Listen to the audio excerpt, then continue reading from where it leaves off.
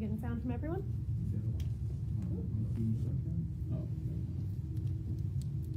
Have you talked to me, Dr. Green? Hello. Would you prefer I have my glasses on or glasses off? I'd say Glasses, Probably because off, just in case of the because reflection. yeah. Can you see if you have them off? Yeah, I see your face well enough. cool. All right. Okay, so we don't have a lot of time, so I really want Yes. to get right into everything. This is the second time in about a month that we've had Duval County school students shot. As superintendent, what is your gut response, reaction to this morning's news? Well, my gut response is it's always unfortunate, and right now my thoughts and prayers are with that student and ensuring that he has a speedy recovery and his family.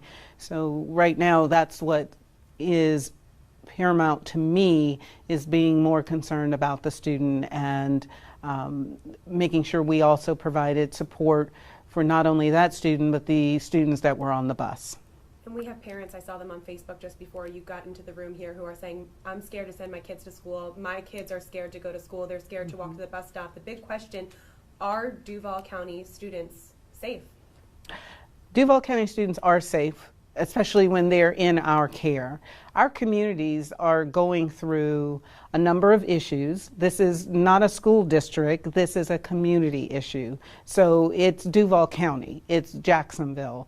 We need to come together to support our children and to support their ability to be able to leave their house, whether it's walking to the school bus, walking to school, or driving in a car, that they are safe. And when they arrive at our schools, we do our due diligence to ensure that they're going to be safe.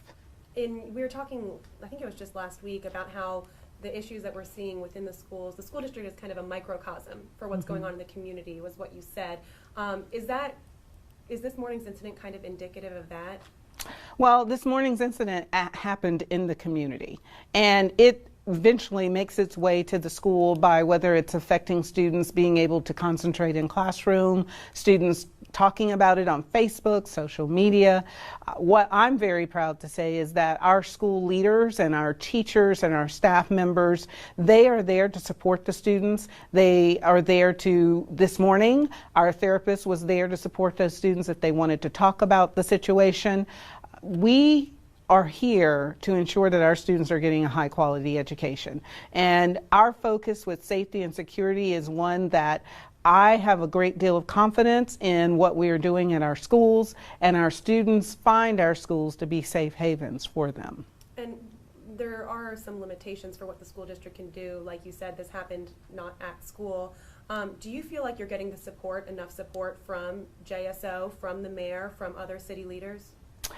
I feel that we are having great conversations and that we are developing plans to address this issue, but this is not an issue that can be solved with a stump speech. It's not an issue that can be solved with one activity. It's going to take the entire community to come together, find solutions, and those solutions have to be varied. They have to be from the community, they have to be from our local government, they have to be from the school district, that we are all coming together to ensure that our students have a high quality education as well as they're safe in their communities. For its part, what are some of the things that the school district is doing specifically to keep our students safe? Well, today the board had a workshop on our safety assessment. We are being very strategic in looking at what are the issues at school that we can control to ensure that students, when they are on our campus, that they are in an environment that's conducive to teaching and learning. For you personally, when you heard about this, a high school student walking to school, shot in the chest, I mean, for you personally, what did that feel like? Well, it's gut-wrenching. As the superintendent, I get this information, and I'm always wondering, what can we do?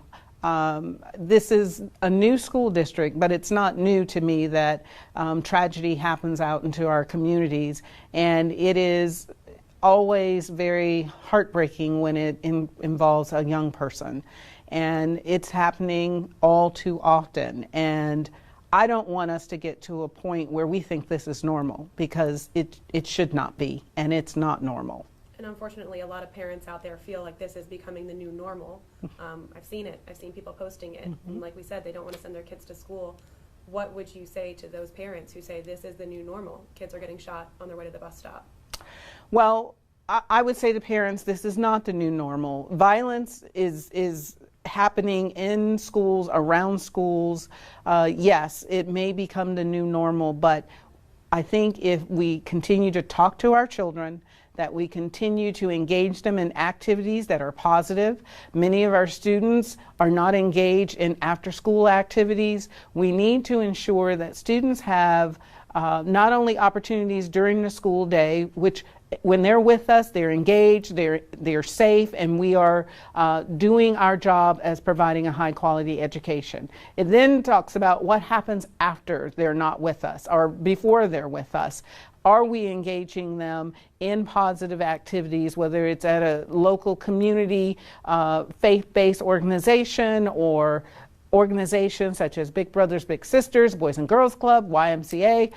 All of us have an opportunity to now engage our young people and ensure that we're giving them every opportunity to be successful academically, emotionally, and just successful in life. Where do you go from here? I mean, from this morning, a month ago, we had rains. Where do you go from here? I continue to look to our team, have conversations with our team, look to our community, look to our local government, our consolidated government, the mayor, Kids Hope Alliance. We're going to continue through working together, looking at other strategies to implement to ensure that we're going to just keep moving each day. We can't give up, and we're not going to give up. We're going to continue to strive for excellence for this school district. This district is well on its way to being an A school district, and that means that we are engaging and touching the lives of thousands of students in a positive way.